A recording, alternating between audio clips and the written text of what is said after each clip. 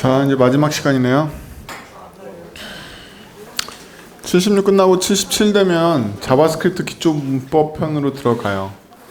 그래서 개근하신 분들한테는 사전에 연락이 갈 거예요. 77 신청하실 수 있게.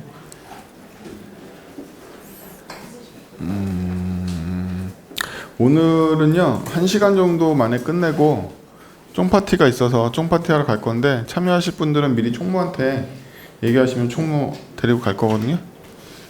그래서 1시간 정도로 끝나겠습니다. 오늘은 뭐 할 거냐면 디스플레이 모델의 개요와 플렉스박스를 할 거예요. 여러분들 플렉스박스를 들어보셨지만 잘 아시는 분들이 별로 없어요. 왜냐하면 어려워서라기보다 복잡해서 그래요. 내용이 많아가지고. 여러분들 대부분들이 수학을 잘 못하시잖아요. 그쵸? 나 수학 잘한다. 저랑 눈 안 맞추시잖아요. 예. 수학 잘 못하시는데, 여러분들이 수학을 못하시는 건 여러분들의 잘못이 아닙니다. 제가 여러 번 수학을 가르치면서 느끼는 건데, 여러분들이 수학을 못하시는 대부분의 이유는 수학 교과 과정이 안 좋기 때문에 그래요. 어떤 식으로 안 좋냐면, 만약에 지금 여러분들을 대상으로 수학을 자연수부터 시작해가지고 미적분에 이르는 걸 한 번에 쭉 가르치면요, 금방 쉽게 이해해요. 예. 수가 정수로 확장되고 분수로 확장되고 유리수, 무리수 나오고 집합 개념 나오고 집합 다음에 수열 나오고 수열 다음에 무한 나오고 무한 다음에 미적분 나와서 최종적으로 쭉 도달하는 과정을 한 번에 진행하잖아요. 여러분들 금방 도달해요. 수학의 이해. 근데 띄엄띄엄 배우니까 머릿속에 남는 거는 집합밖에 없잖아요. 그죠? 아는 게 없잖아요. 예. 그러한 문제처럼 플렉스박스도 다들 배우시다 포기한 이유가 항목이 많아서 중간에 몇 개 항목 배우다 포기하는 식으로 전체 그림을 이해 못하게 된다는 거예요. 그래서 오늘은 플렉스박스를 정리해서 이해하는 시간을 가져보고, 한 번만 이 이해에 도달하면 그 다음부터는 플렉스박스가 안 어려워요. 쉬워요. 한 번만 이해하시면 돼요. 우리 저번 시간에 3D 배울 때도 비슷했죠. 여러분들 웹 3D를 못 쓰고 있는 이유가 한 번에 도달하지 않아서 그렇거든요. 프리저브 3D에서부터 그 속성 한꺼번에 이 세트가 이루어진다는 것만 알면 그 다음부터는 외워서 쓸 수 있고 개념도 알 수 있단 말이에요. 플렉스박스는 굉장히 복잡한 모델이라서 어려운데, 그리드박스도 어려워요. 그렇게 따지면 향후 발표되어 있는 모든 모듈 4 레벨에 있는 CSS 스펙은 다 어려워요. 다 어렵습니다. 게다가 꼬리에 꼬리를 무는 스펙으로 되어 있어요. 이 스펙에서 새로운 스펙이 도출됐으면 그 스펙이 다시 모든 스펙에 영향을 끼쳐버리고 뭐 이런 식으로 되어 있거든요. 복잡하니까 한 번에 오히려 스토리를 깨야 되는 거고, 이렇게 되는 이유 중에 하나는 새로운 스펙을 만드는 사람들은 다 누구다? 옛날 스펙을 쩔게 쓰는 사람들이겠죠. 그러니까 또 거기에 추가해서 뭔가 만든단 말이야. 그러다 보니까 새 스펙에 항목이 2개만 추가돼도 사실은 앞에 20개 항목을 다 알고 있는 사람이 2개 추가하는 셈인 거예요. 네, 그래서 제 생각에는 CSS 모듈 3 이상의 CSS 모듈은 배우시기가 너무 어려워요. 왜? 차근차근 다 알아야 돼서. 그래서 그거를 좀 각오하시고 배우시거나 아니면 한 번에 싹 정리하시는 기회를 가지셔야지만 모듈별로 정복이 되니까, 앞으로 고급 CSS를 익히실 때 방법이 아예 그런 방법론을 쓰셔야 돼요. 내가 어떤 스펙을 들어가면, 뭐 그리드를 들어가겠다 하면 그리드 앞단에 깔려있는 모든 스펙을 싹 한꺼번에 외우는 방법을 써야 돼요. 어렵습니다. CSS 공부하기 점점 어려워져요. 그래서 여전히 실무에서 사수급이라는 사람들, 오래된 경력자들이라는 사람들이 옛날 방식의 CSS만 쓰고 있는 거예요. 어려워서. 잘 모르니까. 자, 오늘은 이 모든 거에 근간이 되는 디스플레이 모델에 대해서 배울 건데요.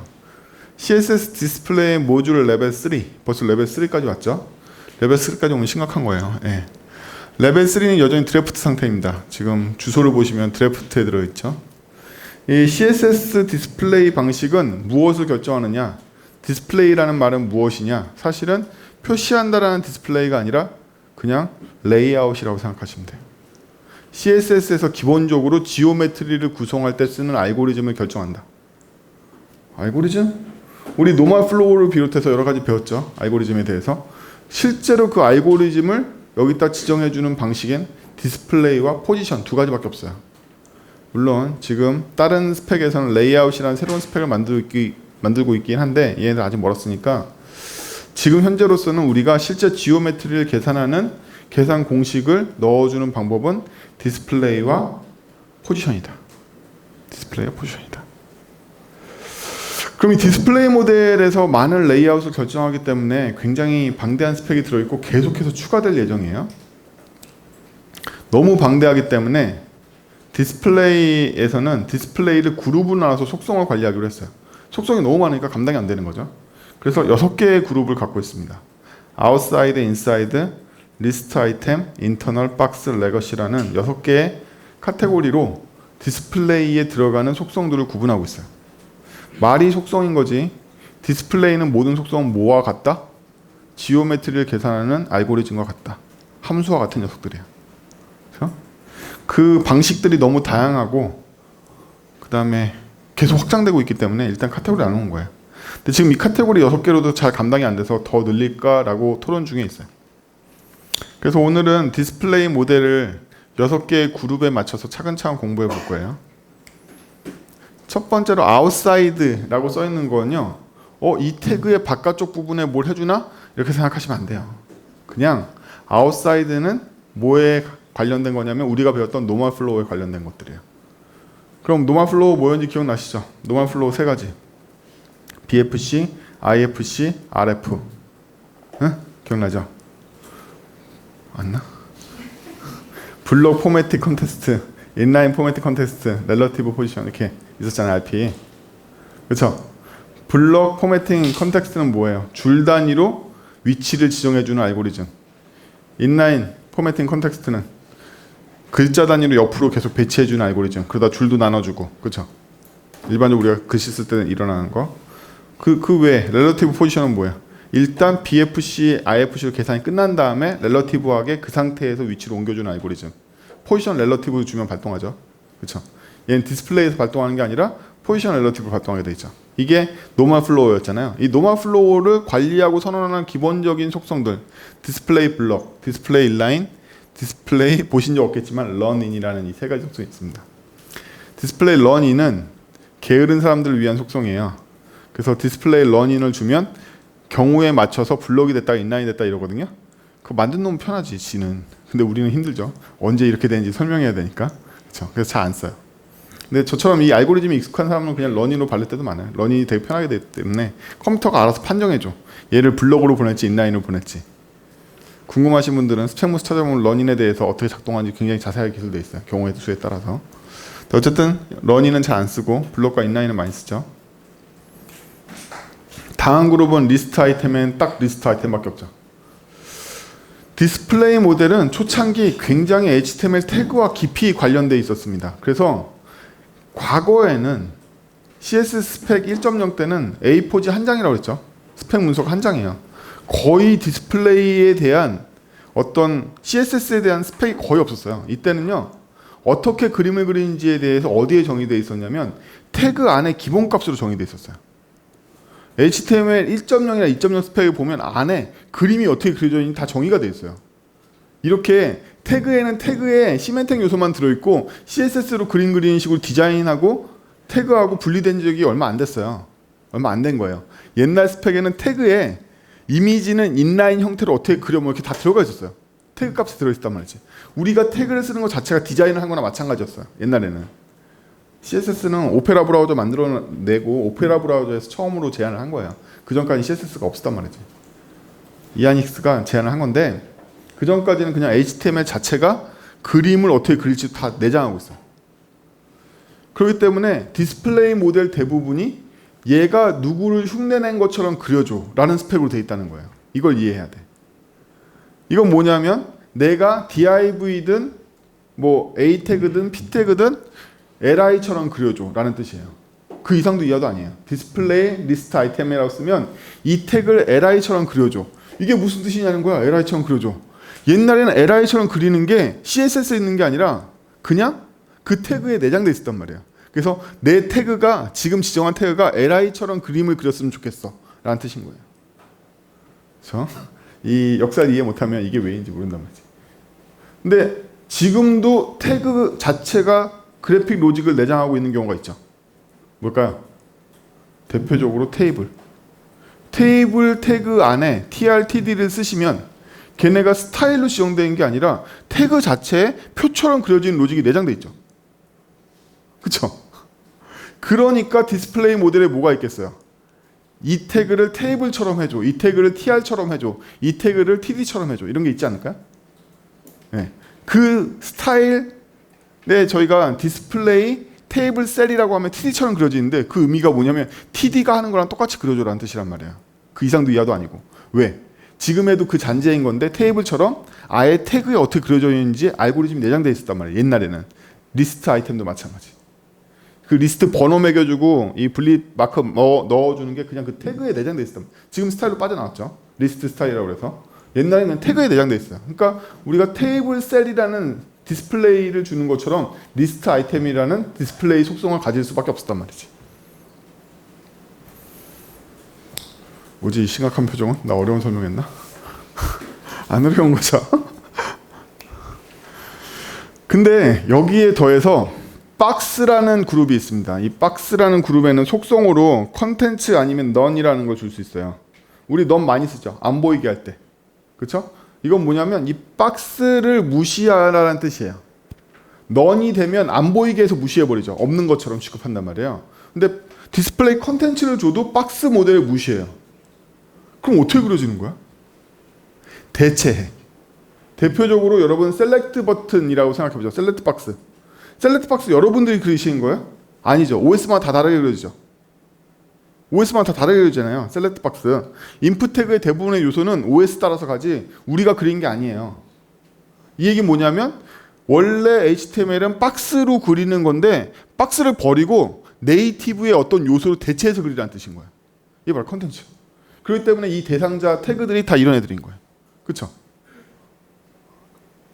캔버스니, 엠베디드니, 오브젝트니, 오디오, 아이프레임, 이미지, 비디오. 이미지는 박스 모델 아니에요? 아니지. 어떤 점에서 아니에요? 이미지 크기가 로딩된 이후에 변해버려. 이미지 로딩했더니 500 곱하기 500이면 엘리멘트가 500 곱하기 500 변해버리잖아요.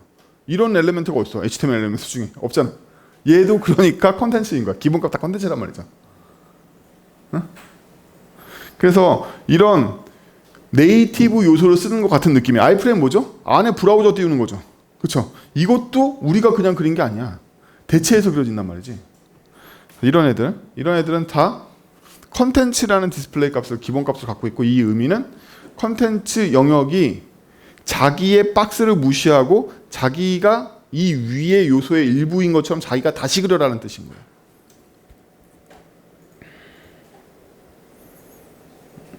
그래서 이 컨텐츠라는 요소가 기본값을 가진 애들은 이런 애긴 하지만 이걸 이용할 수 있는 분야는 되게 많아요. 되게 많아요. 예를 들면 내가 내 부모를 무시하고 부모의 일부인 자식처럼 작동하게 돼요. 이걸 하면. 컨텐츠가 기본적으로 그거죠. 원래 나를 감싸는 태그가 있는데 이 감싸는 태그를 무시하고 내가 튀어나와서 내가 주인공이 될래 이런 뜻인 거예요. 그러면 내가 꼭 내 부모의 위치를 대체하는 것처럼 돼버려요. 그럼 나는 원래 내 부모를 감싸는 태그가 있으면 손자인 거잖아요. 근데 이 손자인 애한테 컨텐츠를 주면 자식으로 승격된단 말이에요. 어떤 일이 일어나냐? 오늘은 안 배울 거지. 오늘 안 배울까? 영원히 안 배우겠지만 그리드 레이아웃 같은 거 쓰면 그리드 레이아웃은 그리드가 일종의 표거든요. 표 안에 셀들을 배치할 거 아니에요. 그렇죠?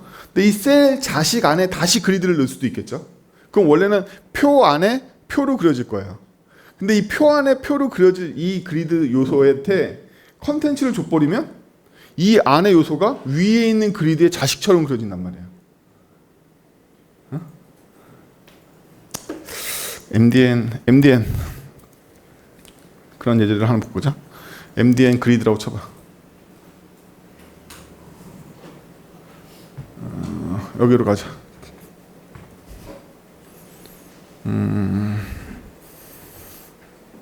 이걸로 가자. 제일 밑으로 내려가봐. 더 밑으로. 자, 조금 올라가봐. 자, 어떤 그리드 박스 안에 다시 그리드 박스를 구현하면 표 안에 표처럼 이렇게 그려지는 게 정상이겠죠? 근데 이 셀에게 디스플레이 컨텐츠를 주면 안의 내용들이 바깥쪽으로 표출되게 그려진단 말이에요. 부모 하나를 제거한 것과 똑같아. 이 안이 주인공이 되기 때문에. 그럼 한 푼 거풀 까지는 셈이 되기 때문에 실제 결과는 이렇게 그려진다는 거예요. 어? 그래서 부모 하나를 깔 때 컨텐츠라는 요소를 써요. 부모 하나를 깔 때. 태그적인 독립적인 요소는 시멘텍으로 유지하되 레이아웃상으로 승격시키고 싶을 때 컨텐츠라는 요소를 쓴단 말이에요.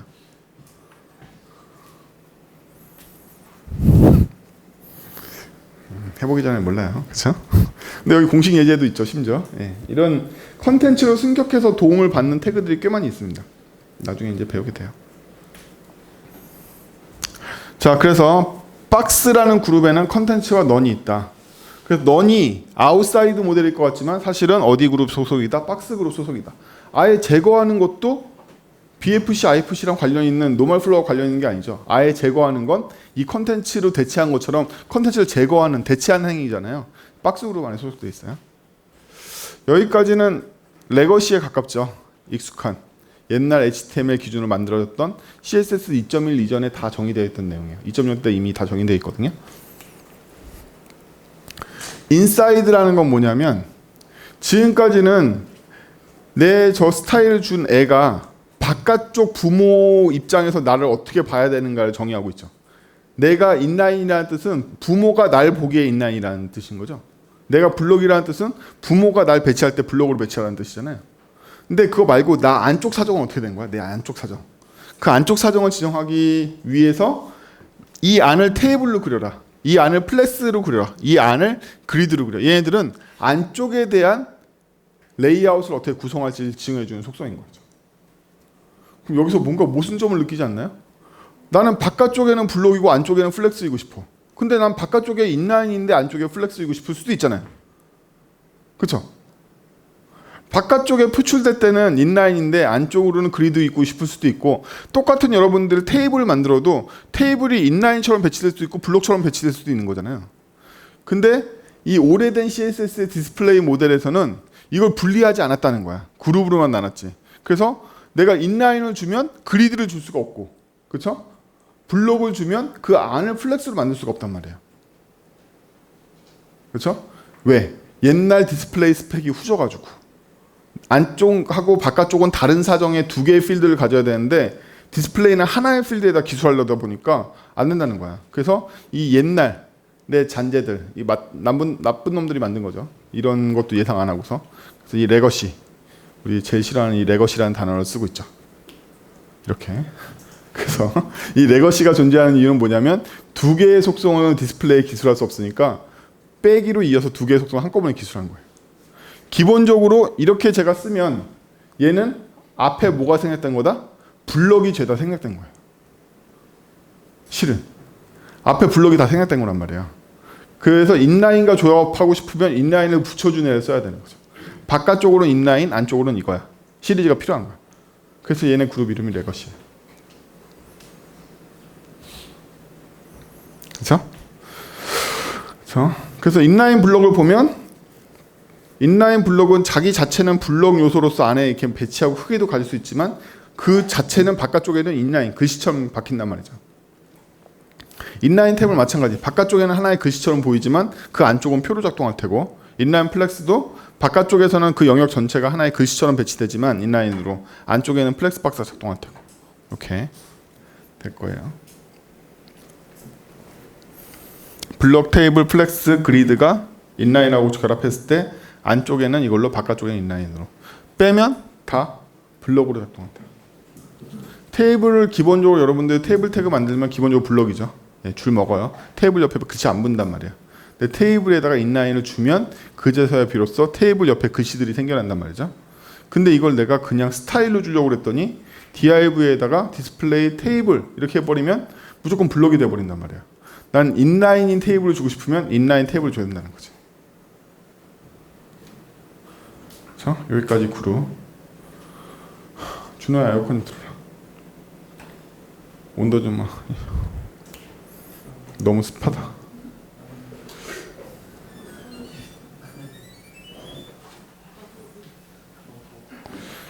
자, 아까 인사이드는 그대로 줬는데요. 인사이드, 아웃사이드 말고 인터널이라는 애가 있어요. 얘 왜 있나 생각해 봐야 돼요. 인사이드, 아웃사이드는 다 제사정이에요. 즉 어떤 div가 있으면 이 div가 안쪽으로는 그리드 박스를 구현하고 싶고 바깥쪽으로는 블럭이고 싶어. 이거 다 자기 태그 기준이라는 거예요. 근데 내가 그리드 영역을 만들고 나면 그 안에 자식들은 그리드 아이템이 되겠죠. 제가 플렉스 박스가 되고 나면 안에 플렉스 아이템들이 될 테고, 제가 테이블이 되면 그 안엔 테이블 아이템들이 될 거란 말이에요. 이 아이템들 입장에서 지정해야 되는 속성들이 있죠.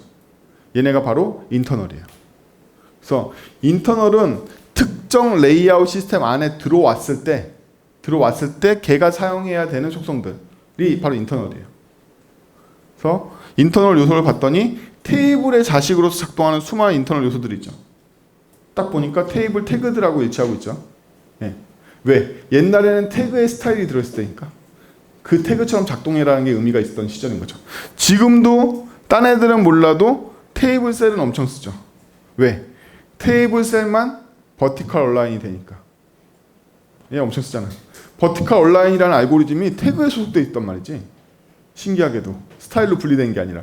지금도 이 레거시가 남아있는 거죠. 예. 루비는 우리나라에서는 잘 안 쓰지만 일본에 보면 한자 쓰고 위에 요미가나라고 해가지고 히라가나로 어떻게 읽는지 붙여놓거든요. 이런 거 할 때 그 위에 따로 붙여지는 그 글씨들이 루비예요. 그래서 주석하고는 좀 틀린데 첨자 비슷한 애들. 한국어에는 없어가지고 여러분들이 이해를 못하시는 것뿐이에요. 다른 나라에는 이 첨자가 붙는 굉장히 많은 언어들이 있습니다. 대표적으로 일본어도 그렇고. 그래서 이런 루비에 있는 태그처럼 작동해줘. 루비도 안에 루비 요소 갖고 있거든요. 예. 그래서 과거에 있는 이 태그 시리즈들은 이 속성 시리즈들은 태그처럼 작동해줘라는 말이죠. 기본적인 컨텍스트가. 왜? 그 스타일을 전부 다 태그 갖고 있었어. 태그처럼 작동해야 돼. 지금이야 이제 저거 다 스타일로 빠져왔어요. CSS가 계속 발전되면서 기존의 태그에 있던 것들이 점점점 더 스타일로 빠져나와요. 근데 아직도 안 빠져나온 애들 있죠. 테이블 같은 경우 뭐 안 빠져나왔죠? 셀 스파이싱하고 셀 패딩이 아직도 완전히 안 빠져나왔어요. 네. 아직도 완전히 안 빠져나왔어요. 지원되는 브라우저도 적고. 그런 식으로 아직도 태그 안에 있는 속성 중에 일부, 또 이미지 태그에 있는 속성값 얼라인먼트도 완전히 안 빠져나왔어요. 이미지 속성값에 있는 얼라인먼트는 버티컬 V 얼라인이 되잖아요. 우린 그냥 안 되잖아. 그것도 아직도 못 빠져나온 거야. 속성으로 다. 스타일로 안 빠져나온 거거든요. 아직도 태그에 많이 인발브 돼 있어요. 이번에 HTML 5.0 들어오면서 많이 고치긴 했는데 그래도 여전히 그런 애들 잔재가 남아있어. 레거시 때문에 어쩔 수 없어요. 서브그리드 개념은 나중에 공부해 보시면 되고요. 여기에 인터널에 빠져있는 많은 속성이 있습니다. 여기 뭐가 빠져있냐면 플렉스에 관련되어 있는 거, 그리드에 관련되어 있는 거 제가 또 안 적었어요. 왜 안 적었냐면 이 드래프트 문서에 없어요. 왜 없냐? 디스플레이에 이 드래프트 문서에 없는 이유는 걔네들이 별도 속성을 지정했기 때문에 그래요. 별도 속성을. 플렉스는 플렉스 아이템에 대해서 인터널 속성을 지정하지 않고 플렉스 계열의 새로운 속성을 다 지정해버렸어요. 그리드도 마찬가지로 그리드로 시작하는 속성을 다 만들어버렸어요.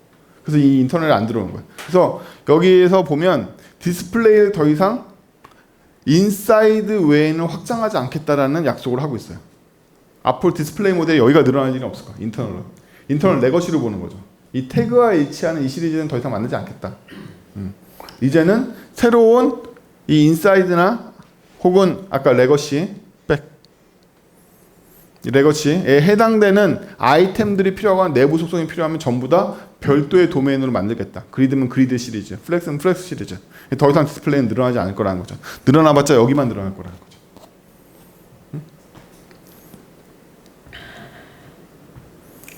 디스플레이의 전체적인 개요가 이렇습니다. 대충 감이 오세요? 플로우 루트라는 거 안 가르쳐 드렸네요. 그렇죠? 플로우 루트는 뭐에다 쓰는 거냐면 플로우는 우리 노멀 플로우 배웠죠. CSS에서 플로우라는 단어가 나오면 무조건 노멀 플로우 외에는 없다고 생각하시면 돼요. 얘네들은 뭐 하는 거냐? 이 플로우는요 아직 정의 중이라서 지원되는 브라우저도 없거니와 여러 가지 의미를 갖고 있어요. 아까 제가 런인이라는 거 가르쳐 드렸죠. 런인처럼 플로우는 적당히 플로우 루프트가 작동하는 그런 로직이에요. 어려워요. 여러분들이 쓰시기에는. 플로우 루트는 뭐냐면 이 시점부터 새로운 BFC를 시작할 거야. 뭐 이런 뜻이에요. 그러면 여러분도 저랑 같이 플로우트 배웠던 때 기억나세요? 그때 제가 플로우트 레프트나 라이트를 쓰면 플로우트가 인라인 가드 역할은 수행하지만 블록 요소를 잘라먹는 건 아니다 라고 가르쳐드렸죠. 그 실제로 알파 빼봤더니 뒤에 쭉 깔려있잖아요. 블록이. 뭐지 이 알뜰마트? VS 코드로 div 2개 만들고 첫 번째 스타일 줘. 확대 안 보여. 오케이. 위스 100, 하이트 200, 백그라운드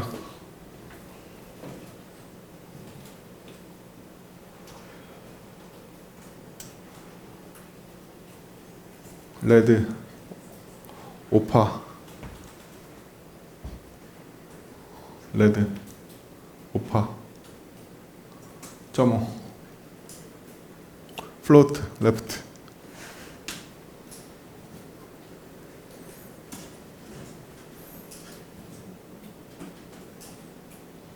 블루 위스 필요 없고 하이트 필요 없고 오파 필요 없고 플로트 필요 없고 안에다가 ABC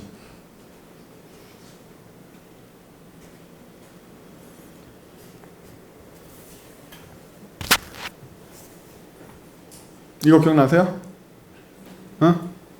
플로트를 주면 블록 요소를 잘라 먹지 않고 인라인에 대한 가드로만 작동한다. 이거 기억나시죠? 이거 배웠잖아. 그렇죠? 이런 결과를 갖고 있어요. 부분 안에 블록 요소 잘라 먹지 않았죠? 왜? 플로트니까. 왜? 떠 있으니까. 떠 있단 말이지. 그 위에 둥둥 떠 있어. 플로트가. 근데 이거 잘라 먹으려면 어떻게 해야 되는 거죠? 새로운 BFC를 통해서 잘라 먹으려면 뭐 배웠죠? 오케이. 기억하신 분이 계셔. 뭐지? 왜 기억하고 있지? 복습했나? 신기한데? 자, 주죠. 오버플로우 히든이라고. 아니, div한테. 밑에. 블루 다음에. 왜죠? 오버플로우는 오토가 아닌 값을 가지면 무조건 새로운 BFC를 만들어낸다 라고 가르쳐 드렸어요.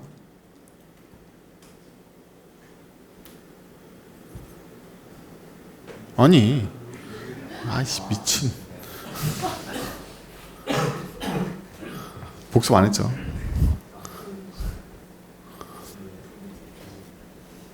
밑에 지우고 이렇게 되는 거죠. 왜? 새로운 BFC가 생겼기 때문에 끊어버리고 저기를 BFC로 다시 본단 말이에요.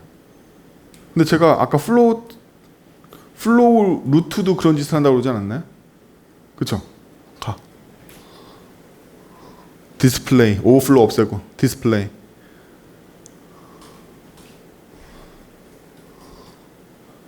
플로우 빼기 루트. 가. 그쵸? BFC를 새로 만들고 있죠. 그렇죠? 단지 오버플로우 히든 같은 어떤 사이드 이펙트 없이 그냥 새로 만들어. 대박 좋지 않나요? 그렇죠? 오버플로우 히든 같은 거 안 해도 그냥 새로 만들 수 있어. 언제라도 BFC 영역을 새로 시작할 수가 있다. 얘를 이용하면 CSS 1때는 없지만 2.0때부터 있던 스펙이에요. 모르니까 못 쓰는 것뿐이죠. 그렇죠? 모르니까 못 쓰는 것뿐이에요. 얘네부터 있던 거예요. 아는 사람 다 아는. 플로우 루트가 상황에 따라서 유연하게 작동하는 게 플로우예요. 언제 BFC 만들까 말까 자동으로 작동하거든요. if 한 3개 정도 걸려있는 조건이 있는데 힘들죠. 힘드니까 넘어가고. 자, 그래서 디스플레이 모델에 대한 개관 6개의 그룹으로 돼 있고 각각의 어떤 의미를 갖고 있고 역사적으로는 어떻게 쓰인 거고 어떻게 우리가 디스플레이를 바라봐야 되는가에 대한 개념이 생겼죠. 기본적인 개념을 봤더니 특정 엘리먼트를 기준으로 이 엘리먼트가 부모에서 어떻게 배치되는지에 대해서 아웃사이드에서 정의하고 내 내부의 애새끼들은 어떻게 배치할까 인사이드로 정의하고 아웃사이드, 인사이드 한꺼번에 정의가 안 되니까 뭘로? 레거시로 정의하고 그렇죠? 그 외 나머지들은 태그와 연결되어 있는 리스트 아이템이라든지 컨텐츠 같은 것들은 다 태그 자체에 대한 요소들과 연결되어 있어서 어쩔 수 없이 써야 되는 애들인 거고 별거 없습니다. 인터널 옛날 방식의 자식들이 갖고 있는 게 태그가 갖고 있어가지고 어쩔 수 없이 쓰는 거고 이런 것밖에 없어요. 그래서 이 많은 것들 중에 우리가 기본적으로 대체 못하는 거는 테이블 셀 외에는 거의 다 대체할 수 있어요. 네, 거의 대체할 수 있습니다. 테이블 셀하고 테이블 자체 정도 우리가 커버 못하는 것 뿐이죠. 예. 참고로 저희가 테이블 셀만 쓴다고 되지 않아요. 테이블 셀을 쓰려면 반드시 부모가 테이블이어야 돼요. 이 테이블이 붙은 애들은 다 테이블 부모 하에서만 쓰일 수 있어요. 당연하겠죠. 루비인 애들도 부모의 스타일 루비로 들어가 있거나 진짜 루비 태그를 쓰거나 둘 중에 하나예요. 얘를 쓰려면. 얘는 마찬가지. 근데 테이블은 제약이 더 걸려 있어요. 우리가 테이블 태그 밑에 div 집어넣고 스타일을 테이블 로우로 준다고 tr로 작동하진 않아요. 일단 테이블 태그가 등장하면 무조건 테이블 태그 안에 있는 자식들은 DTD에서 정확하게 규정돼 있어. 어떤 태그가 들어올 수 있는지. 걔밖에 못 들어와요. DTD에 걸리게 돼 있어요. 그래서 div 같은 걸로 구성하려면 이걸로 줘서 진행하는 수밖에 없어요. CSS 상으로는 되지만 HTML, DTD나 XLS에 걸려가지고 안 되는 애들도 많기 때문에 두 개를 같이 봐야 돼요.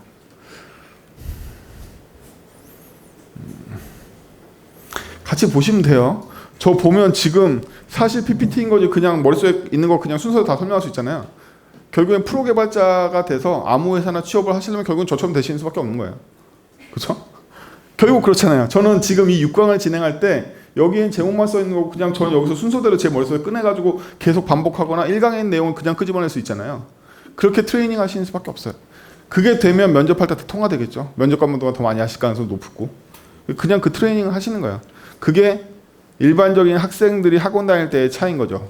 돈으로 받는 프로 개발자와의 차이인 거예요. 그 트레이닝을 하시고 많이 복습하시고 그러면 이제 면접관들도 다 준비되어 있는 게 아니잖아요. 면접관들이 일반적으로 직원을 받을 때 뭘 볼까요? 경력은 자기가 위인데 일본어가 나네.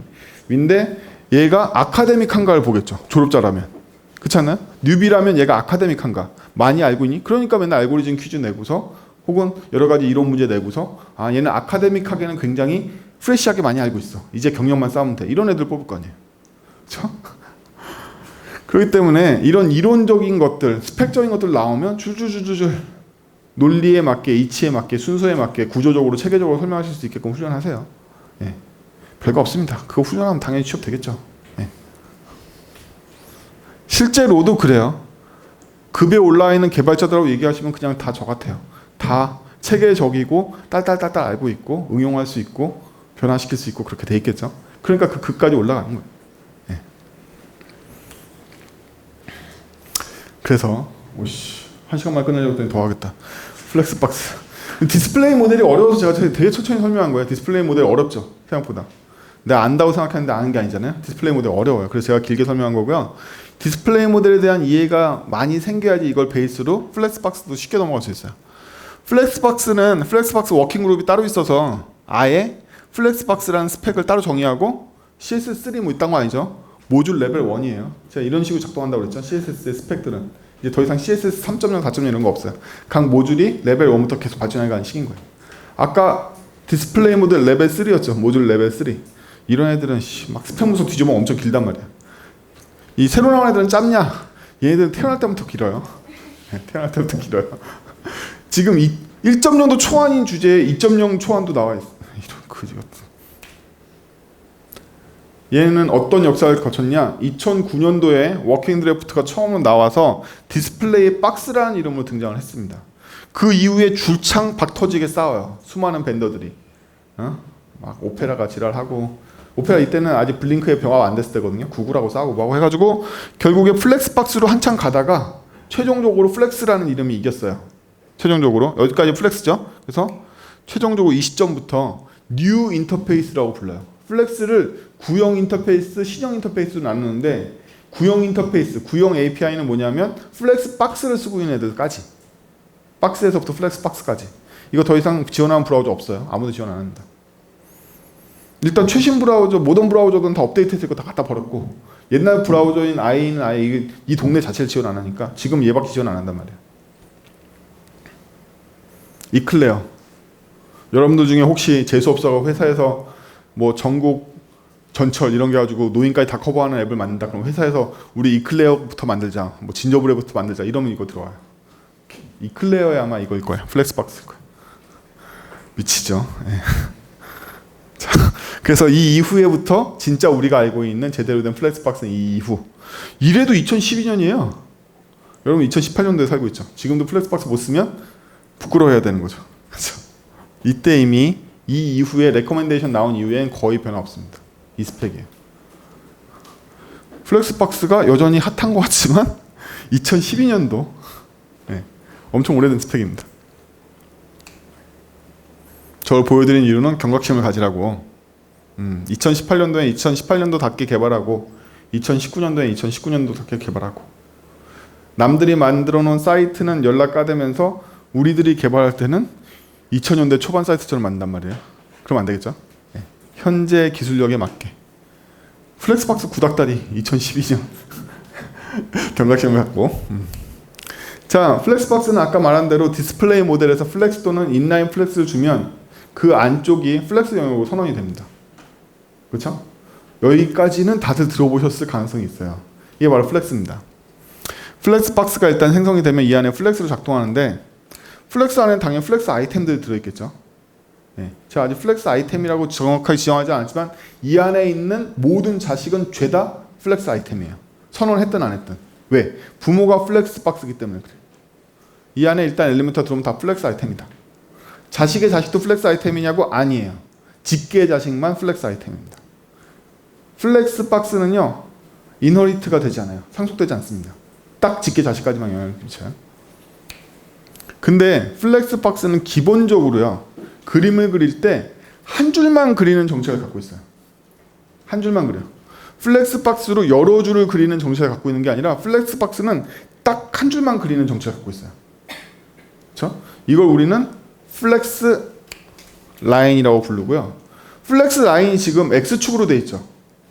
기본값이 바로 X축으로 그려집니다. 이거를 우리는 기본축, 메인 엑시스라고 불러요. 플렉스의 메인 엑시스, 메인 축. 메인 축이 기본값 축이다 라고 부릅니다.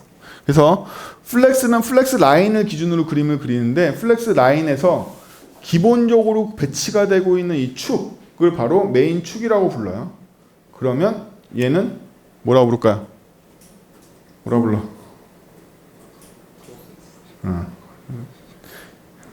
컨닝했죠. 다음 슬라이드는 크로스 엑시스라고 부릅니다. 이 용어를 일단 외웁시다. 플렉스를 이해하려면 이걸 이해해야 돼요. 제가 아까 말씀드렸지만 플렉스박스의 용어가 너무 많이 나와서 지는 거예요. 그 용어에 지지 말고 차근차근 저랑 한 번에 한 용어씩 진행할 거거든요. 플렉스 라인은 뭐다? 플렉스 아이템들이 배치되는 가상의 선. 플렉스박스는 기본적으로 한 선만 커버하려고 그래. 여기다 배치한 걸로 끝내려고 그래. 그래서 기본적으로 배치되는 이 선의 방향이 바로 메인 축. 그거랑 직교하는 축이 크로스 축. 크로스 축. 그렇죠? 긴장하고 계시네. 다음. 자, 그러면 우리가 지금은 메인 축을 X축으로 쓰고 있고 크로스 축을 Y축으로 쓰고 있잖아요. 축을 바꿀 수도 있겠죠. 이걸 메인 축으로 만들고 이걸 크로스 축으로 만들 수 있을 거 아니에요. 게다가 지금 이 축에는 어떤 개념이 있냐면 왼쪽에서 오른쪽으로 배치하고 있다는 개념을 갖고 계시잖아요. 제가 전에도 한번 설명드렸는데 여러분들이 갖고 계시는 왼쪽에서 오른쪽으로 위에서 아래로는 다 양키 센스다. 알파베티카 언어들이 전부 다 왼쪽에서 오른쪽 위에서 아래로 쓰기 때문에 여러분들이 그게 당연하다고 생각하는 거예요. 응? 훈민정음 해례본 어떻게 생겼다? 위에서 아래로 오른쪽에서 왼쪽으로. 히라가나의 기본값 위에서 아래로 오른쪽에서 왼쪽으로. 응?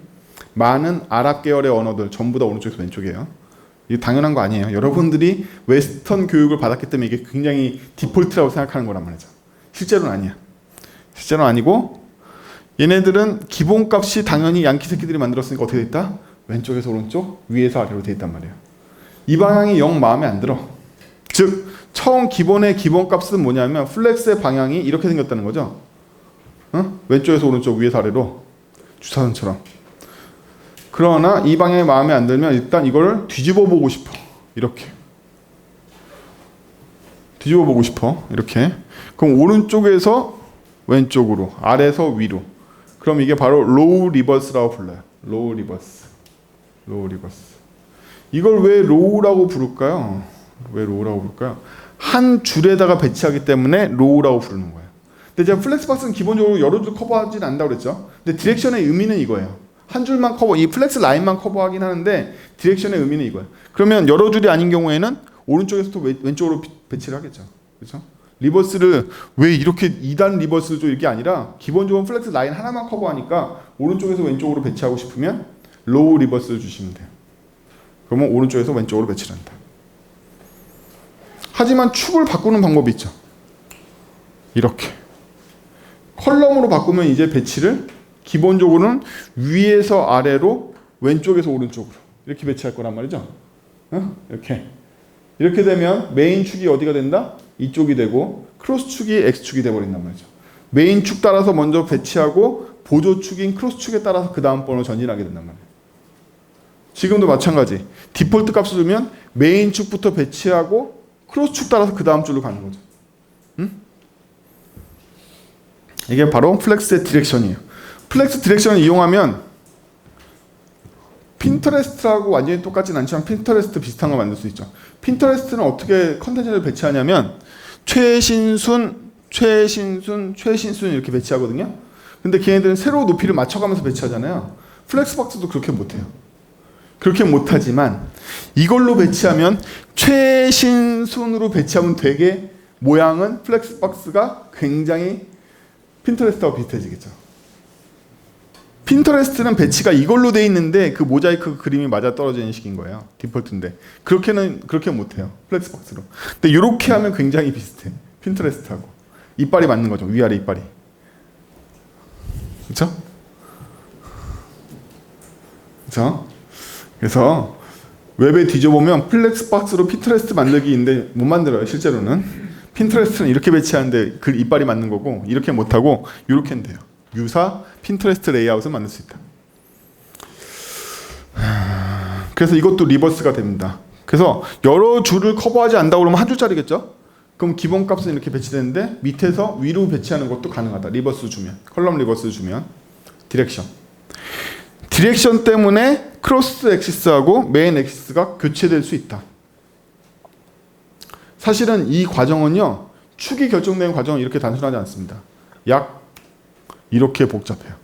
스펙 문서에 가면 각 메인 축이 어떻게 결정되고 크로스 축이 어떻게 결정지에 대한 플렉스 플로우와 여러 가지 속성들의 조합으로 어떻게 결정되는지에 대한 이만큼의 조합수를 표시해 놓은 표가 있어요. 디렉션만으로 결정되는 건 아니라는 거죠. 그렇죠? 네. 여기 보면 디렉션 값인데 랩핑 값하고의 조합으로 표현되고 있죠. 디렉션 로우인데 노 랩하고 결정하면 어떻게 되느냐? 그때는 버티칼로 돼. 하지만 스타트하고 엔드 값은 무엇이냐에 또 결정이 다 되는 거죠. 이 복잡한 로직으로 돼 있어요. 이 로직은요 처음에 볼 때는 되게 난감한데 계속 쓰다 보면 나중에는 이해가 돼요. 이 알고리즘이. 그래서 아까 설명한 대로 메인 축, 크로스 축이 있다. 그리고 우리는 디렉션을 결정할 수 있다. 이 두 가지만 일단 익히도록 합시다. 그래서 디렉션에는 쭉 가로로 배치하는 로우 계열이 있는데 그냥 순방향과 인버스 계열이 있고 세로로 배치하는 컬럼 계열이 있는데 순방향과 인버스 방향이 있다. 아직까지 괜찮죠? 예. 자, 설명은 계속 디폴트 값으로 하겠습니다. 좌에서 우로, 위에서 아래로를 플렉스 라인에 따라서 배치한다고 생각하고 그렇게 되면 메인 축이 X축이고 Y축이 크로스 엑시스죠. 자, 중요한 정렬에 대해서 배울 건데요. 정렬에 대해서 여기 justify content라는 생판 듣도 보도 못한 플렉스라는 이름도 안 붙은 속성인데 이게 플렉스에서 쓰는 속성이에요. 그렇죠? 플렉스에서 쓰는 속성 처음 보시죠? 예, justify content라고 되어 있습니다. justify content. 컨텐트를 정리할 거야. 얘는 어느 축에 쓰는 거냐고 물어보면 메인 축에 쓰는 거예요. 이게 되게 중요해. 이 속성은 세로축, 가로축에 대한 속성을 지정하는 게 아니라 메인 축에 대한 속성을 지정해. 그래서 축을 자꾸 가르치려고 그러는 거야. 이 속성인데 메인 축이 이걸로 바뀌면 이 메인 축에 이 속성이 적용된단 말이에요. 지금은 이게 메인 축이기 때문에 여기 적용되는 것뿐이에요. 여기 어떤 값이 올 수 있냐면 이런 값들이 올 수 있어요. 플렉스 스타트 엔드 센터 스페이스 비트윈 스페이스 어라운드라는 값이 올 수 있어요. 이거 잘 보면 플렉스 스타트는 무슨 뜻이냐면 플렉스 디렉션을 이해해 보면 돼요. 플렉스 디렉션을 이해해 보면 플렉스 라인은 여기고 플렉스의 메인 엑시스는 여기고, 그렇죠? 그럼 플렉스 스타트는 왼쪽에서 오른쪽이니까 왼쪽이 되겠죠. 왼쪽이 된단 말이에요. 플렉스의 엔드는 오른쪽이 되겠죠. 그래서 플렉스 스타트 엔드로 표시하는 이유는 레프트 라이트가 아니라 디렉션 따라서 스타트 엔드 방향이 바뀌기 때문인 거죠. 심지어 위 아래인지 좌우인지도 바뀐단 말이에요. 어떤 디렉션이 좋냐에 따라서 축이 바뀌기 때문에. 얘는 메인 축에 적용되는 속성이다. 플렉스 스타트 엔드. 그렇죠? 그래서 우리는 지금 이 상태에서 스타트 엔드를 스타트가 왼쪽이고 엔드가 오른쪽인 걸 구별할 수 있는 것처럼, 만약에 제가 디렉션을 컬럼 리버스로 줬으면 플렉스의 스타트가 어디? 밑이 되고 엔드가 위가 된다는 사실을 알 수 있어요. 이렇게 디렉션이 됐으면 이렇게 그려질 테니까 플렉스의 스타트 방향이 여기가 되고 엔드 방향이 여기가 되겠죠. 이게 또 여러분들을 헬로 이끈단 말이지. 플렉스에서 이 얼라인을 할 때 굉장히 어려운 이유가 축부터 차근차근 배우면 안 어려운데 이렇게 안 배워서 어려운 거야. 지금은 이제 안 어렵죠. 플렉스 스타트는 이제 구분할 수 있겠다. 센터는 어떤 축이냐에 따라서 메인 축의 한가운데로 모으는 게 센터인 거죠. 따라서 플렉스에서는 세로 정렬을 할 때도 센터인 거고, 어디에? 크로스 축에다가 센터 정렬을 하면 가운데겠죠. 그렇죠? 근데 메인 축에다 센터 정렬을 하면 가로로 가운데겠죠. 센터 값밖에 없는 거예요. 그래서 미들이라는 위치를 나타내는 값이 없는 거예요. 그 세로 위치 값이 없이 센터라는 값만 있는 이유가 스타트 엔드, 스타트, 센터밖에 없는 거죠. 축 따라서 움직일 거니까. 그 축도 심지어 지금 결정된 게 아니라 디렉션에 따라서 결정된다. 스페이스 비트윈 어라운드는 얘의 특성인데, 스페이스 비트윈은 사이에만 여백을 두는 식으로 플렉스 박스를 지정하는 거고요. 어라운드는 양쪽 끝에도 여백을 두는 식으로 배치가 돼요. 야, 이게 지금까지 말한 게 상상이 되겠냐고. 안 돼. 저도 안 돼. 그래서 W3C에서는 이거를 여러분들이 보라고 이렇게 그림을 넣어놨어요. 제가 그린 게 아니라 스펙 문서에 있습니다. 플렉스 스타트는 이 회색이 빈 공간이에요. 방금 정축을 생각해 봤을 때 왼쪽에 몰려있죠. 그렇죠? 그래서 저희가 플렉스 스타트로 저스티파이 컨텐트를 하면 이렇게 정렬이 된단 말이에요. 플렉스 요소들이. 그에 비해서 엔드로 하면 이쪽으로 정렬되겠죠. 센터로 하면 가운데 몰려. 비트윈 하면 가운데 여백을 동등하게 줘. 같은 크기로 준단 말이에요. 컨텐츠 사이에. 4개면 4개의 3개의 공간을 정확하게 같아 해줘요. 그러면 어라운드를 보면 여기 여백하고 여기 여백 반 나눈 거하고 일치하는 여백이에요. 얘를 감싸는 여백을 사방에 적용하게 돼서 가운데는 2배가 되고 양쪽 끝은 이 첫 번째 1배가 되는 이 여백으로 만들어져요. 이렇게 속성을 갖고 있습니다. 그림을 보니까 훨씬 낫죠? 네. 훨씬 난 것도 지금뿐이다. 어쨌든 자, 여기는요 이름이 Justify Content인데, 여기 크로스 축에서는요 Align Items라는 속성을 써요. 이런 거지 같은 주거죠. 네. 뭐 Justify 뭐 크로스를 하든지 어떻게 하든지 완전히 이름이 다릅니다. 이름이 다르지만 내용은 똑같아요. 내용은 크로스 축에 정렬을 할 때는 Align Items를 쓴다. 여러분들이 디렉션을 안 줬을 경우에는 얘가 세로축, 가로축인 거고, 얼라인을 컬럼 계열로 주면 바뀌는 거죠. 항상 유의해야 돼요. 제가 보기엔 이 플렉스박스 얼라인 여러분들 헬로 이끌어서 대부분 포기해요. 그렇죠? 지금 보니까 그렇게 어려운 개념 아니죠. 만든 새끼들이 이런 생각을 하고서 지네 마음대로 이름을 막 정했잖아요. 나중에 어떤 사단이 일어나는지 가르쳐 드릴 건데, 자, 얼라인 아이템스는 속성값이 이렇게 생겼을 것 같지만 세로를 정렬하기 때문에, 반대축을 정렬하기 때문에 전혀 다른 값을 갖게 돼요. 이런 값을 가져요. 플렉스 스타트 엔드는 그렇다 치고, 센터 베이스라인 스트레치라는 이상한 값을 갖고 있죠. 이거 말로 안 해. 그림으로 보자. 자, 일단 크로스 축이라는 건 정축이 X축이었으니까 Y축 기준은 어떻게 정렬할까의 문제인 거죠. 근데 플렉스는 기본적으로 플렉스 라인 하나만 그린다고 그랬잖아요. 그러면 하나의 라인 애들이 세로로 어떻게 배치할지가 바로 얼라인이 되는 거죠. 얼라인 아이템은 나의 정축이 이건데 크로스축으로 어떻게 정렬할까를 정리한단 말이지. 어렵지만, 그렇죠? 이렇게 정리하는 게 아까 봤던 Justify Content라면 이렇게 정렬하는 게 반대축 쪽이니까 얼라인 아이템스가 된단 말이에요. 얼라인 아이템스를 스타트로 주면 여기. 내가 이렇게 배치하는 것만 얘기는 아니죠. 우리 어떻게 배치했다? 이렇게 배치했죠. 이제서야 이제 이 효과가 나오는 거죠. 기본값 뭐다? 좌에서 우로, 위에서 아래로. 따라서 플렉스 스타트의 방향을 크로스축으로 보면 위라는 거지. 로우 리버스를 줬으면 아래로 스타트가 몰릴 거란 말이에요. 그렇죠? 네. 플렉스 엔드는 여기가 되겠죠. 밑으로 몰려. 센터 가운데로. 스트레치는 꽉 채우는 거죠. 스트레치는 꽉 채워요. 다음으로 베이스 라인은 이 첫 번째 라인에 있는 글씨들의 베이스 라인, 글씨의 베이스 라인, G면 이렇게 써지죠. 예, 이 베이스 라인을 맞춰가지고 정렬해 줍니다. 이거 원래 어떤 기능인지 아시는 분? 이미지 태그에 있던 기능이에요. 이거 이미지 태그에 있던 기능이야. 베이스 라인이라고. VLine 베이스 라인이라고 있었단 말이지. 그걸 유일하게 구현한 게 얘가 된 거예요. 2012년도에. 응? HTML 베이스라인 정렬을 구현한 새로 베이스라인 정렬을 구현한 애가 TD하고 이미지밖에 없어요. 원래. 근데 인라인 요소들하고 인라인 요소를 중복해서 여러 개 썼을 때 베이스라인 정렬하는 애는 이미지밖에 없었단 말이지. 얘가 처음으로 이걸 구현한 거예요. 베이스라인 기준으로 세로축 정렬을 하는 거예요. 이해가 되시죠? 온라인 아이템하고 저스티파이 컨텐츠가 굉장히 다르다는 걸. 그렇죠? 그리고 이게 축과 관련돼 있다. 여지껏 말한 축이 컬럼으로 바뀌면 여러분들 머리를 다 90도 꺾어. 어? 90도 꺾어. 그럼 되는 거예요. 90도 꺾으면 된다. 근데요, 이 새끼들이 만들고 나니까 쑥스럽잖아요. 이게 뭐야? 그쵸? 이름도 함부로 막 쓰고 속성도 막 쓰고 이러잖아요. 플렉스라는 이름 빼면은 플렉스가 들어있지도 않잖아요. 그쵸? 쑥스러워가지고 얘네들이 어떻게 했냐면 이건 새로운 위치 지정의 세계다. 그래서 이거를 다른 레이아웃도 쓸 수 있게 다른 표준으로 바꿀게 해가지고 이런 표준을 만들었어요. 그지 같죠? 그래서 지금 나와 있는 스타트 엔드 값이 그리드 스타트 엔드로 바뀌고 나머지 값들을 다 집어넣으면 누구의 정렬 속성이 된다? 그리드 레이아웃의 정렬 속성이 됩니다. 왜? 이 스펙 CSS 박스 얼라이먼트 모듈 레벨 3라는 이 그지 같은 스펙을 또 새로 탄생시켜가지고 이 스펙을 준수하게끔 레이아웃 시스템들을 만들고 있죠. 이거 근데 순서가 바뀐 거예요. 이거 만들고 플렉스박스 만든 거 아니다. 플렉스박스 만들고 지네 마음대로 막대로 붙이고 나니까 이름이 너무 범용적인 거라 쑥스러워가지고 만든 거예요. 진짜로.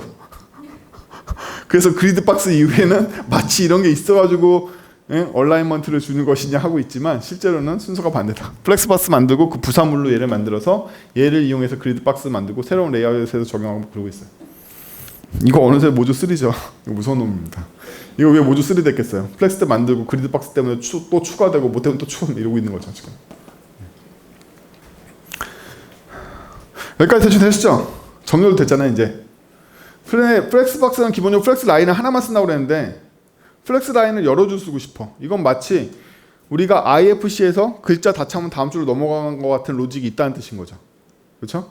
이거를 우리는 플렉스 랩이라고 불러요. 그래서 컨테이너에 플렉스 랩이라는 속성을 별도로 줄 수 있습니다. 플렉스 랩을 주면요. 플렉스 랩을 주면 기본값은 노랩이에요. 노랩이면 옆으로만 계속 그려지겠죠? 뚫고 나가든지 오버플로우 히든에 가려서 안 보이든지 어쨌든 계속 그려질 거예요. 라인을 하나만 쓰니까. 근데 랩을 주면 부모 컨텐츠 사이즈에 맞춰서 사이즈가 모자르면 다음 줄에 가서 플렉스 라인을 다시 그려요. 다시 그려요. 그럼 어디다 다시 그리느냐? 현재 플렉스 라인에서 가장 하단이 큰 애 밑에다 그리게 돼요. 플렉스 라인 계산법이라는 게 또 따로 있어요. 우리 계산하는 방법이 IFC 때 계산하는 거랑 플로우 박스 모델로 계산하는 거랑 전혀 계산하는 위치가 틀렸죠. 얘는 플렉스 라인 모델이라는 걸로 그 다음 줄을 계산해가지고 거기다 그래요. 첫 강에 말씀드린 것처럼 이거 전부 다 그냥 수학인 거예요. 수학을 여러분들이 이런 글씨로 표현할 수 있게끔 이 메타포를 준 것뿐이지 사실은 안에서는 다 수학인 거죠. 랩 리버스도 있고 랩 리버스로 하면 반대로 이제 랩핑이 되거든요. 나중에 배우고 잘 안 써요. 버그도 많고. 그래서 새로운 속성이 하나 튀어나왔죠. 일단 플렉스 랩을 하면요. 기존에 플렉스 라인을 정렬하는 것만으로는 안 돼요. 왜? 얼라인 컨텐트라는 이 그지 같은 놈들이죠. 저스티파이 컨텐츠하고 얼라인 아이템스가 매칭이 되는 건데 이름은 또 얼라인 컨텐츠라고 그래요. 얘는 구별하세요. 얘는 누구한테 적용된 거냐면 플렉스 랩에 적용되는 속성이에요. 따라서 플렉스 랩이 없으면 얘도 성립하지 않아요. 랩핑할 때 플렉스 라인 정렬을 어떻게 할 거냐의 문제야. 그럼 플렉스 라인을 정렬을 해? 라는 생각을 해봐야 되는 거죠. 아니 플렉스 박스끼리 정렬하는 건 알겠어. 플렉스 라인은 그 다음 줄에 생긴다며. 이걸 뭘 정렬해?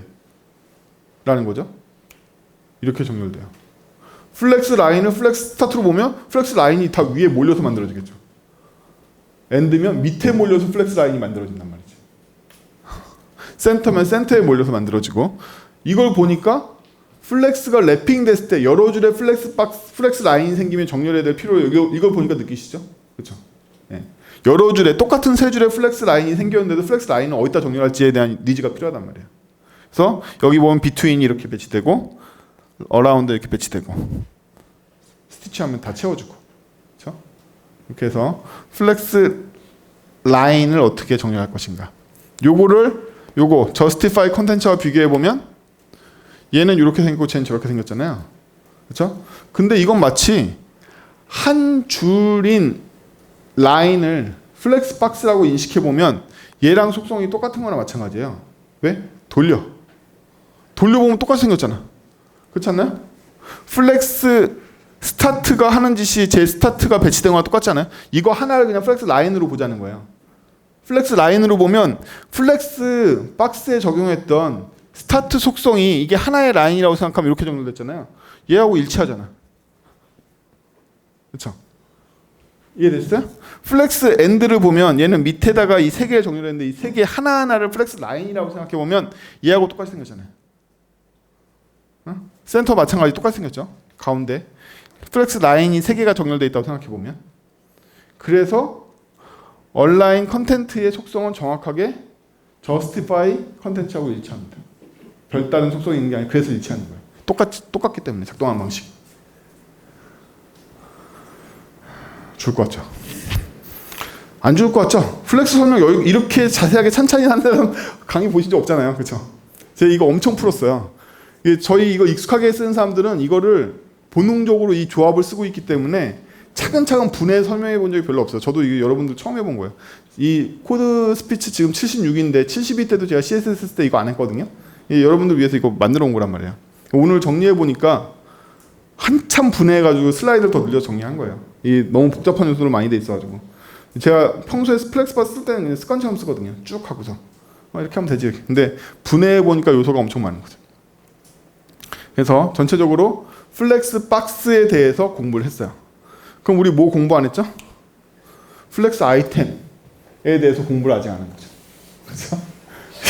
이제 이 감싸는 박스 공부하는 거예요. 감싸는 박스. 이 박스가 안에 걸 어떻게 정렬시킬지, 랩핑할지 말지, 방향 어떨지 뭐 이런 거 공부한 거란 말이에요. 그 나머지 관문들은 플렉스에 있는 이 아이템들에 대한 재량권에 대해서 공부를 해야 되겠죠. 플렉스 아이템이 갖는 첫 번째 재량권은 오더라는 속성이 있습니다. 오더라는 속성은요, div에 플렉스 박스를 주고 이 안에 요소에 대해서 오더 2와 1을 주면 얘가 먼저 나와야 되는데도 불구하고 얘가 숫자가 낮잖아요. 얘부터 올라가서 표시가 돼서 BA가 표시되게 됩니다. AB가 표시되지 않고. 그래서 플렉스 박스의 장점은 오더를 이용하면 순서를 마음대로 바꿀 수가 있어요. 서버 쪽에서 렌더링 한다고 생각하면 컨텐츠 요소를 태그는 그대로 상태에서 순서를 얼마든지 바꿀 수 있어서 정렬할 때 자바스크립트로 오더값만 바꿔주면 돼요. 정렬할 때 딴 거 안 하고 HTML 하나도 안 건드리고 어펜드, 차일드 이런 거 없이 이것만 봐도 벌써 저번 시간에 배웠던 이거 뭐죠? 플렉스 박스가 작동해서 그림 그리는 방식은 돔 렌더링이 아니라 포스트 프로세스인 거죠. 그림 다 그리고 GPU한테 올려서 그리는 거죠. 그래서 빠른 거예요. 여러분들이 일반적인 리스트나 이것들은 플렉스로 바꿔보면 훨씬 더 빠르거든요. 왜냐하면 얘는 GPU가 그려. 이미 돔은 이걸로 결정된 거죠. 첫 번째, 두 번째는.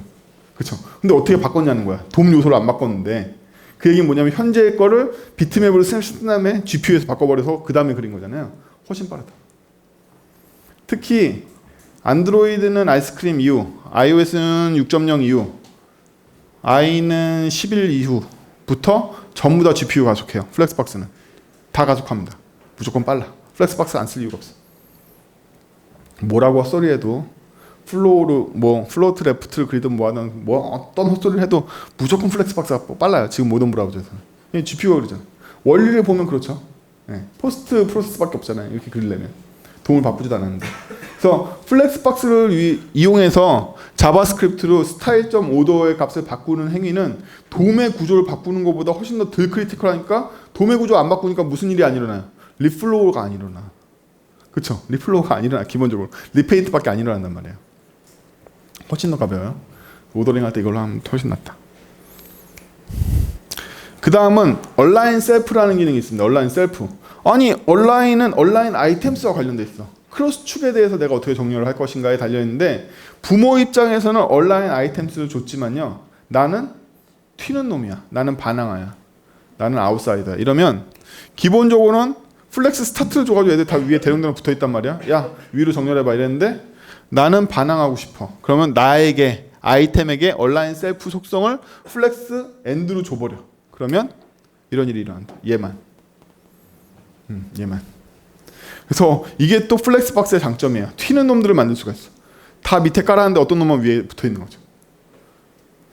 근데 보면 이거는 재량권이 어디에만 줄 수 있다? 얼라인 아이템에만 줄 수 있겠죠. 그렇죠? 저스티파이 컨텐츠는 줄 수가 없잖아요. 얘가 뭐 어떻게 할 건데 왼쪽 오른쪽 어떻게 갈 방법이 없잖아. 그렇죠? 그래서 재량권은 반대축에 있어요. 반대축에. 예, 반대축에 있다. 그 외에는 3종 세트가 있습니다. 플렉스 그로우, 플렉스 슈링크, 플렉스 베이시스가 있는데요. 플렉스 영역 안에서 얘가 얼만큼의 크기를 가져야 될까에 대해서 3개의 옵션을 줄 수가 있어요. 기본값, 축소돼서 찌그러졌을 때 어디까지를 내가 밀릴 수 있는지, 일부러 잡아당겨서 늘릴 때 어디까지 늘어날 수 있는지에 대한 한계를 설정할 수가 있습니다. 그래서 이 3가지 값을 이용해서 하나의 플렉스 아이템이 플렉스 박스에서 얼만큼 공간을 차지할지를 정의하게 돼요. 정상적인 공간이라면 베이시스로 할 건데 공간이 많이 남아서 늘리기 시작하면 어디까지? 그로우까지 늘어나고 공간이 없어서 밀기 시작하면 슈링크까지 줄어들어요. 예. 보통은 그로우 같은 경우에는 0을 주면 무조건 100%를 먹으려고 해요. 얘가 0을 주면 무조건 100%를 먹으려고 해요. 예. 근데 보통은 1에서부터 값을 줍니다. 그래서 그로우가 1이라는 건 뭐냐면 플렉스박스 내 컨텐츠를 균등 배분했을 때 각각의 1의 이 가중치를 가져요. 안드로이드를 하신 분은 없겠지만 안드로이드에서는 레이아웃에 그래비티라는 걸 주는데요. 이게 뭐냐면 가중치라는 거예요.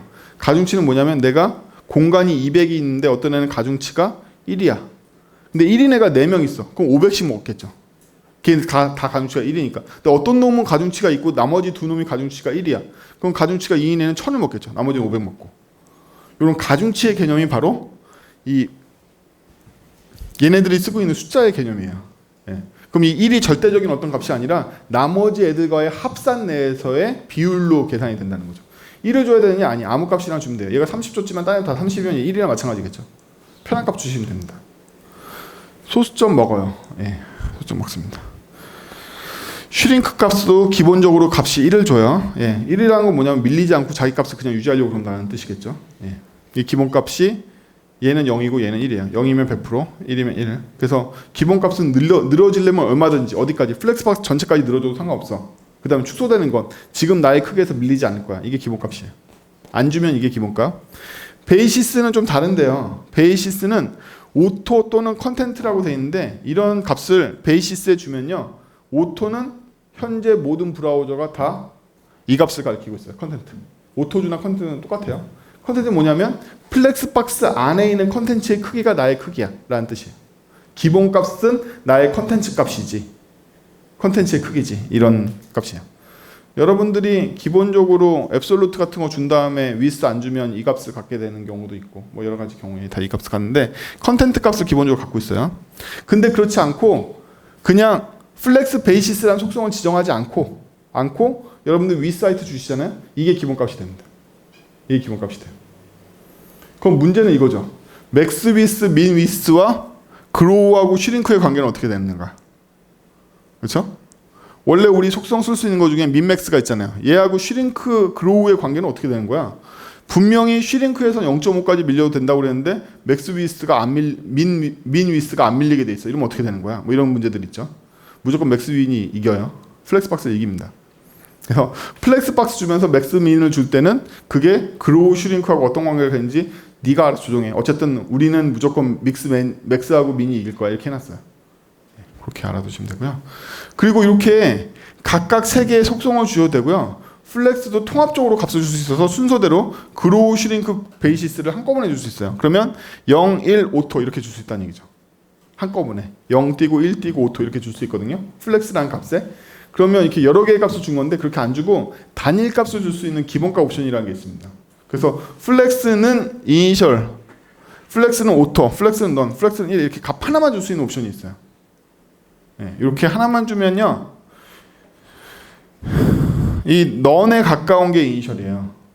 얘는 뭐냐면 기본적으로는 플렉스 하지 않는 애들이에요. 근데 확장만 돼. 축소 안 되고.